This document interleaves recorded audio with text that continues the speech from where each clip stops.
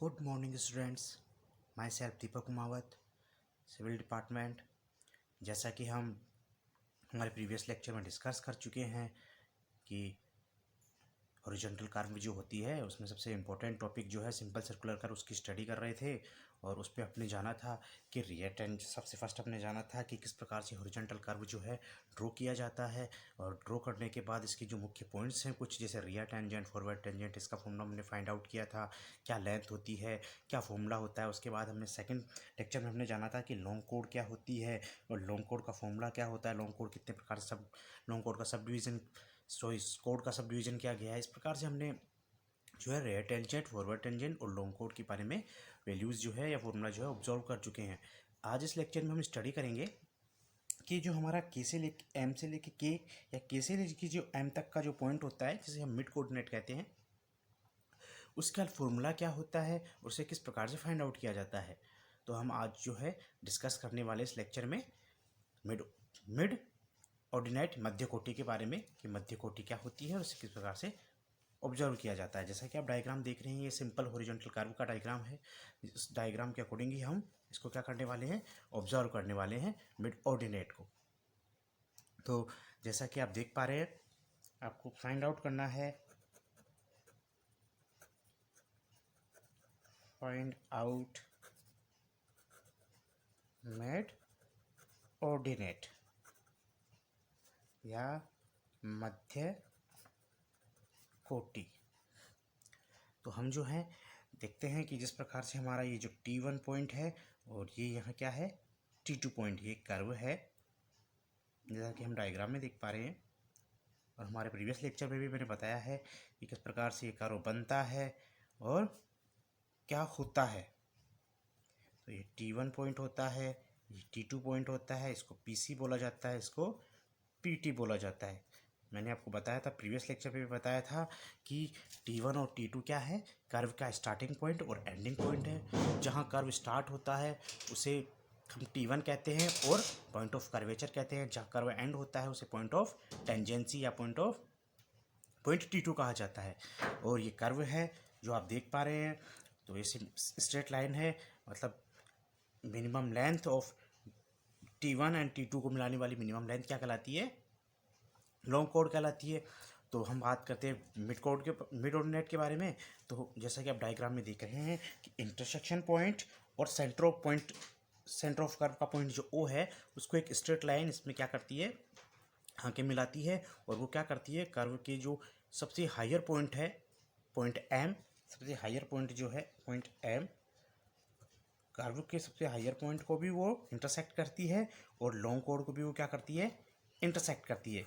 और दो point M और K का क्या करती है, निर्माण करती है। इस प्रकार से K से लेके M तक की जो डिस्टेंस जो हो जाती है वो क्या हो जाती है, हमारी मिड ऑर्डिनेट हो जाती है। तो हम फाइंड आउट करते हैं मिड ऑर्डिनेट के बारे में। तो देखिए कि जैसे कि मैंने को मिड ऑर्डिनेट इसमें फाइंड आउट करना है, तो मैंने माना कि M से लेके K तक की जो डिस्टेंस जो है वो क्या है, y है।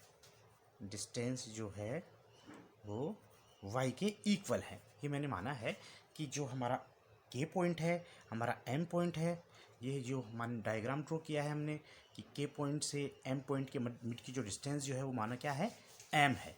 अब हमें क्या करना है, इसको सोल्व करना है। चूँकि हमें अच्छे से पता है कि MO जो है वो R के इक्वल है।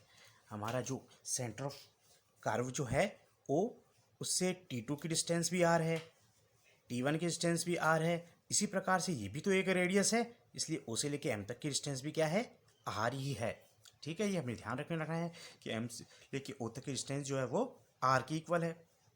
तो हम जो M O को जो है हम क्या किस प्रकार से लिख सकते हैं, MO को हम लिख सकते हैं MK प्लस KO, इस प्रकार से लिख सकते हैं। MK प्लस KO इस प्रकार से डिनोट किया जा सकता है।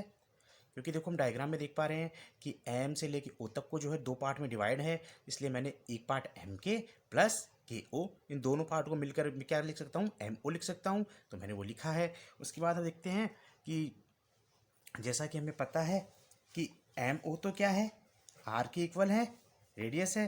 तो हमें फाइंड आउट क्या करना है, एम के को हमने अभी माना है कि एम के इक्वल्स टू क्या है, वाई है, तो मैं इसमें लिख सकता हूँ वाई प्लस के ओ हमें पता नहीं है, के ओ। इस प्रकार से हमें क्या करना है, समीकरण 1 है और हमें क्या फाइंड आउट करना है, के ओ की वैल्यू फाइंड आउट करनी है। आर हमें पता है, वाई हमें पता है, के ओ की वैल्यू फाइंड आउट करनी है। ठीक है, तो जैसा कि मैंने पहले भी बता चुका हूँ कि हम जब भी कोई वैल्यू ऑब्जर्व करेंगे तो हमें इस प्रकार का ट्राइंगल जो है ऑब्जर्व करना है। जैसा कि आप देख रहे हैं, इस प्रकार का कोई ट्राइंगल लेना है जिसमें क्या हो कि रेडियस आर आए। ठीक है, तो इसमें जैसा कि हम देख पा रहे हैं कि हमें ये वाला जो ट्राइंगल है वो वाला ट्राइंगल ले लेते हैं हम। तो हम ट्राइंगल कौन सा लेंगे, ट्राइंगल लेते हैं T1O के। T1O के में हम जो है वैल्यू फाइंड आउट कर लेंगे तो हमें अच्छे से मिल जाएगा। तो T1O के अगर हम ट्राइंगल लेते हैं, T1O के हम अगर ट्राइंगल लेते हैं तो एंगल के सामने वाली जो परपेंडिकुलर हो गई। ठीक है, और ये हाइपोटेनस हो गया और ये हमारा बेस हो गया। तो हमें क्या करना है, हाइपोटेनस और बेस के अंदर बेस की वैल्यू फाइंड आउट करनी है। तो हम 5/2 को क्या लिख सकते हैं, हम 5/2 को लिख सकते हैं कि cos 5/2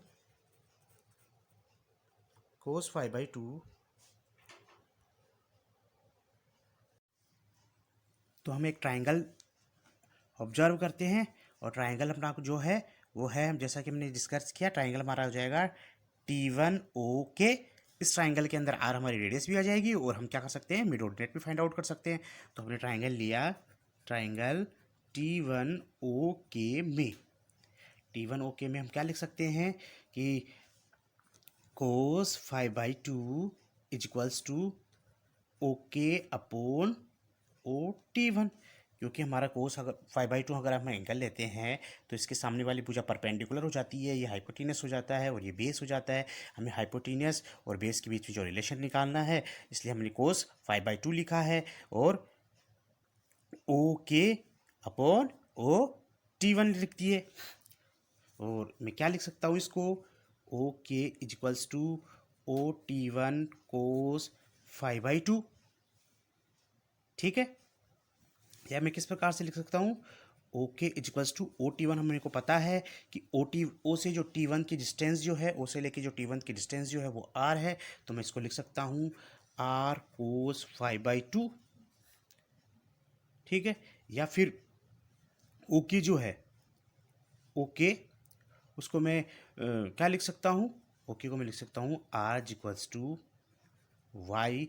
इसकी जो वैल्यू जो है, ये जो वैल्यू जो है, अगर हम इक्वेशन फर्स्ट में रख देते हैं, अगर put value okay equation first, तो क्या हो जाएगा, R is equals to Y plus R cos 5/2। ठीक है, या फिर मैं क्या लिख सकता हूँ, इस आर को मैं अगर इधर ट्रांसलेट कर लेता हूँ तो वाई इज इक्वल्स टू क्या हो जाएगा हमारा, वाई इज इक्वल्स टू हो जाएगा आर माइनस आर कोस 5/2, या वाई क्या हो जाएगा, आर कॉमन ले लेते हैं तो वाई हमारा बन जाता है 1 माइनस कोस 5/2। तो हमारी ये क्या आ जाती है, वाई की वैल्यू आ जाती है या वाई की डिस्टेंस आ जाती है। और यही हमारी क्या डिस्टेंस होती है, मिड ऑर्डिनेट या मध्य कोटि। यही हमारी क्या है, मध्य कोटि है। तो देखिए हमने किस प्रकार से इसको ऑब्जर्व किया है, जैसा कि आपने स्टेप बाय स्टेप देखा कि हमने जो हमारा जो हॉरिजॉन्टल सर्कुलर जो कर्व है उसके अंदर हमें के से एम तक की जो डिस्टेंस है वाई जो है वो हमें फाइंड आउट करनी है। और वाई की डिस्टेंस फाइंड आउट करने के लिए हमें इस प्रकार का ट्राइंगल ऑब्जर्व करना है जिसके अंदर के आर रेडियस आए ही आए। उसके बाद हमने क्या किया है कि हमने m से लेके k तक की जो डिस्टेंस जो है वो y मानी है। माना कि हमने क्या है कि मिड ऑर्डिनेट जो है उसकी डिस्टेंस क्या है, y है, उसके इक्वल है। उसके अकॉर्डिंग हमने कहा कि जिस प्रकार से o से T1 r रेडियस है, उसी प्रकार o से T2 r रेडियस है, उसी प्रकार o से लेके m भी क्या है, एक रेडियस है जिसकी वैल्यू r है। ठीक है। अब m से लेके o तक के पॉइंट को जो है हम कह सकते हैं m plus k plus o को हम m इक्वल्स टू o लिख सकते हैं, जैसा कि हमने लिखा है यहाँ पे m o इक्वल्स टू क्या है m k प्लस के o।